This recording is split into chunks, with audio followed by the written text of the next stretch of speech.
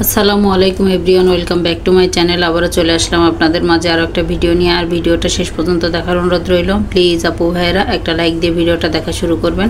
আমার ভিডিওর কোনো অংশ যদি ভালো লেগে থাকে চাইলে আমার চ্যানেলটা সাবস্ক্রাইব করে আমার পাশে থেকে যেতে পারেন। আমি ব্লগ বাই সাথী ঢাকা থেকে বলছি।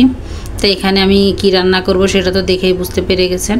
তা আমি রান্না করার জন্য 2 রকমের ডাল নিয়ে নিয়েছি। আর মসুর ডালটা কিন্তু 1 কাপের মতো নিয়েছি। আর চাল আমি 1 পট নিয়েছি আর কি, মানে 1 পোয়া। তা যারা যেমন বেশি খাবেন তারা তেমনভাবে আর কি মানে নিয়ে নেবেন। তা আমি ডালটার চাউলটা আমি আবারও ভিজিয়ে রেখেছিলাম 10 থেকে 15 মিনিটের মতো ভিজিয়ে রেখে তারপর ভালোভাবে আমি যে ধুয়ে নিচ্ছি।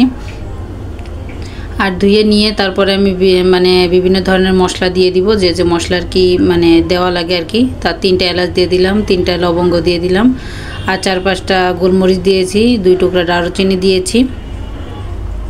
তো এখন একটু বাটা মশলা দিয়ে দিচ্ছি। আর এই মশলা কিন্তু কম দিলেই ভালো লাগবে, খিচুড়িতে বেশি মশলা হলে কিন্তু ভালো লাগে না।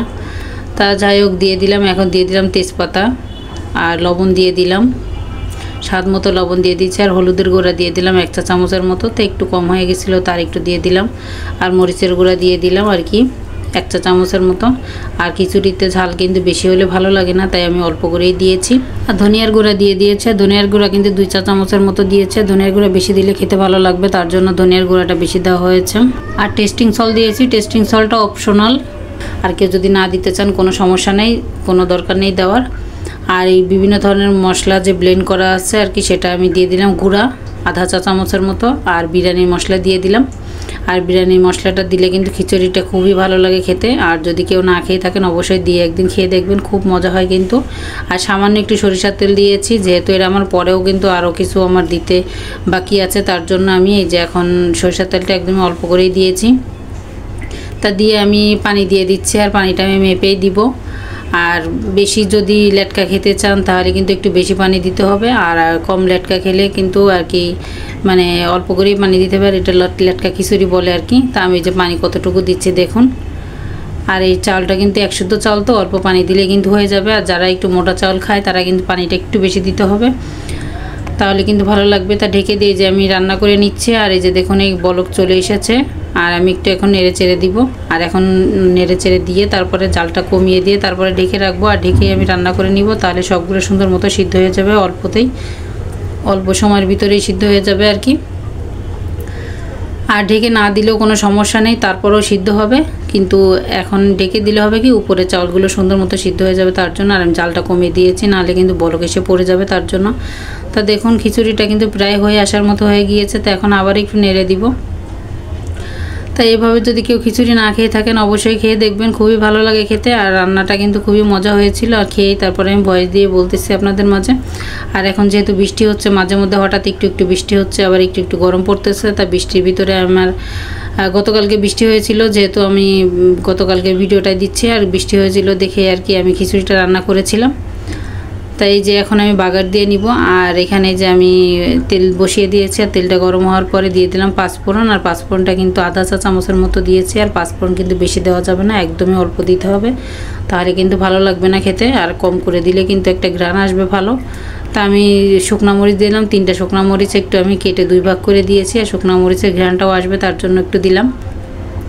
তো অবশ্যই চেষ্টা করবেন এরকম বাগার দেওয়ার জন্য, আর বাগার দিলে খেতে খুব ভালো লাগবে। আর ধনেপাতা হলে বেশি ভালো হতো, তা আমার ধনেপাতা নাই। আর একটু বৃষ্টি হয়েছে দেখে আর বাইরেও যাওয়া হয়নি, ধনেপাতাও আনা হয়নি তার জন্য। আর অবশ্যই ধনেপাতা দেওয়ার চেষ্টা করবেন, তাহলে খুব ভালো লাগবে। তা আমি বেশি করে পেঁয়াজ আর রসুন দিয়ে দিয়েছি, দিয়ে আমি ভালোভাবে ভেজে নিব। আর ভেজে নিয়ে তারপরে আমি ঢেলে দিব বাগারটা। আর বাগার দিলে কিন্তু খিচুড়ি খুব ভালো লাগে খেতে। আর যারা ভুনা খিচুড়ি খায় খেতে পারবে আর কি, রান্না করতে পারবে, তারা তো ভুনা খিচুড়িতে বাগার দেওয়ার দরকার নেই, তারা তো সব একসঙ্গে দিয়ে বসিয়ে দিবে। আর এই যে আমি এখন যেহেতু একটু নরম নরম খিচুড়ি রান্না করেছি, তার জন্য একটু বাগার দিব। আর বাগার দিলে কিন্তু ভালো লাগবে তার জন্য। আর এই যে দেখুন আমার কিন্তু ভাজা হয়ে গিয়েছে, এখন এই যে বসিয়ে দিলাম, মানে ঢেলে দিলাম আর কি, সরি। আর ঢেলে দিয়ে আমি এই যে ভালোভাবে একটু নেড়ে চেড়ে নিব। আর নেড়ে চেড়ে নিয়ে কিন্তু নামিয়ে রাখবো, বেশি কিন্তু জাল করব না, যে ঠান্ডা হওয়ার পরে কিন্তু আবারও খিচুড়িটা আরও শুকিয়ে যাবে আর কি, তার জন্য।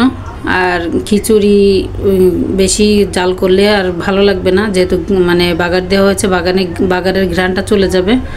তা বাগার দিয়ে কিন্তু বেশি জাল করলে কিন্তু স্বাদ থাকে না, মানে ঘ্রাণ থাকে না, তার জন্য বাগার দিয়ে কম জাল করলেই কিন্তু ভালো হয়। তাই দেখুন আমার কিন্তু হয়ে গিয়েছে, এখন নামিয়ে রাখবো। আর কত সুন্দর এসেছে দেখুন কালারটা, মাশাআল্লাহ অনেক সুন্দর কালার এসেছে কিন্তু। আর কালারটা আসার জন্য কিন্তু অবশ্যই একটু মরিচের গুঁড়াটা দিতে হবে, তাহলে কিন্তু কালারটা খুব ভালো আসবে। আর কাঁচা মরিচ দিয়ে করলেও হবে, কিন্তু সেখানতে একটু মানে হলুদের গুঁড়াটা বেশি দিতে হয়। তো আমার রান্নাটা হয়ে গিয়েছে, এখন একটু ভর্তা করে নিব। আর এটার সঙ্গে একটু ভর্তা না হলে কি হয় বলুন, অবশ্যই তো একটু ভর্তা লাগবে, না হলে খিচুড়িটা খাবো কি দিয়ে। তার জন্য আমি যে রসুন আর শুকনো মরিচটা ভেজে নিয়েছি, আর রসুনের ভর্তাও বলতে পারেন, পেঁয়াজের ভর্তাও বলতে পারেন, মানে যেটা বলবেন আর কি সেটাই হবে। তা আমি এই যে 4-5টা রসুনের কোয়া নিয়ে নিয়েছি আর কি ভেজে। তা আমি রসুন আর এই যে মরিচটা আমি ভালোভাবে একটু মানে ম্যাশ করে নিব। তা আমি হাত দিয়েই করে নিচ্ছি, আর কারোর যদি হাত জ্বলে তাহলে পাটায় বেটে নিতে পারেন আর কি। আর যাদের হাতে কিন্তু হাতে করলে ভালো হয়, হাতে করলে ভালো হয় কি মানে খেতে ভালো লাগে, তার জন্য। তা আমি হাতে একটু ভালোভাবে ডলে নিচ্ছি, আর এইভাবে ডলে নিয়েই তারপরে ভর্তাটা করে নিব। আর অবশ্যই সরিষার তেল তো দিতেই হবে, আর সঙ্গে কাবাবও আছে। আর মানে গরুর মাংসের কাবাবটা ফ্রিজে ছিল, তাই সেই কাবাবটা আর কি ভেজে নিব। তাই সেই ভেজে নিয়ে আমি খিচুড়ির সঙ্গে খেয়ে নিব। তাই যে পেঁয়াজ দেখুন বেশি করে কিন্তু আমি পেঁয়াজ দিয়ে দিয়েছি, আর পেঁয়াজটা দিয়ে কিন্তু ভালোভাবে আর কি যে মেখে নিচ্ছি। তা আজকে আমার একটু হাত জ্বলতেছিল, এখন একটু হাত জ্বলে, আমি বুঝি না, আগে আমার কখনো কিন্তু হাত জ্বলতো না মরিচ ডললে, কিন্তু এখন একটু হাত জ্বলে। তা কিছু করার নেই, যেহেতু সংসারে আমারই করা লাগে, আর যেহেতু আমি মা, তারপরে ঘরের বউ, আমার তো করতেই হবে, তার জন্য আর কি আমি করে নিচ্ছি হাত দিয়েই। আর এই যে সরিষার তেল দিয়ে দিচ্ছি, আর সরিষার তেলটা অবশ্যই দিতে হবে, তাহলে ভর্তাটা খুবই ভালো লাগবে। ধনেপাতা হলে তো আরও ভালো হতো। তা যাই হোক, এই ভর্তা দিয়েই আর কাবাব দিয়ে আজকে আমরা মানে খিচুড়ি খেয়ে নিব। তা খিচুড়িটা মাশাআল্লাহ খুবই মজা হয়েছিল, সঙ্গে ভর্তা আছে, কোনো কথাই নেই। তা দেখুন কত লোভনীয় হয়েছে মানে ভর্তাটা। তা এই যে দেখুন, এই যে আমি করে নিচ্ছি, আর ডিম দিয়ে দিচ্ছি আমি একটা সিদ্ধ করে। আর ডিমটা যদি কেউ মানে দিয়ে দিলাম আর কি সৌন্দর্যের জন্য, আর খাওয়া মানে যদি খায়, আমার বাচ্চারা যেহেতু ডিম বেশি একটা পছন্দ করে না, তা যদি খায় খাবে, আর না খেলে আর কি উঠিয়ে রাখবো। তো দেখুন কাবাবটা এই যে আমি ভেজে নিয়েছি, আর এই যে খিচুড়িটা মাশাআল্লাহ। আজকের মতো বিদায় নিচ্ছি, আল্লাহ হাফেজ।